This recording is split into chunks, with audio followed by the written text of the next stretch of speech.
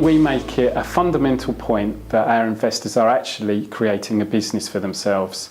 And that is one of the first things that I actually tell them. And the reason I think I feel like that is because obviously I come from a business background. When I walked into property, I'd already been running various businesses over a 10-year period.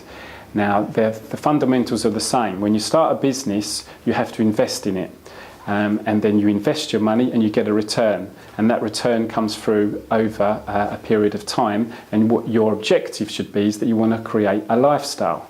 And I myself feel that the two things, there's a real synergy there. So, and I think a lot of landlords and investors, they don't have that at the heart. They don't understand, well, why should I replace the kitchen, or why should I replace those carpets? Why is it important that I do put in a deposit?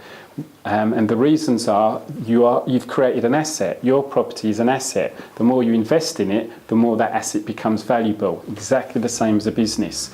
Now, how does a property become more valuable if you invest in it? Well, if you improve it, you refurbish it, the value goes up.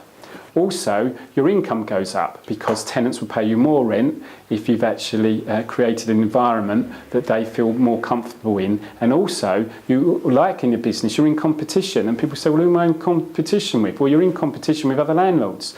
So if I'm a tenant and I go around a house and I can see that the carpets have just been renewed, it's got a lovely new kitchen, it's been painted, and I can smell the fresh paint, am I likely to rent that, or am I likely to rent a house that has had no refurbishment or improvements done over a number of years, and I can see that it's not tidy, etc.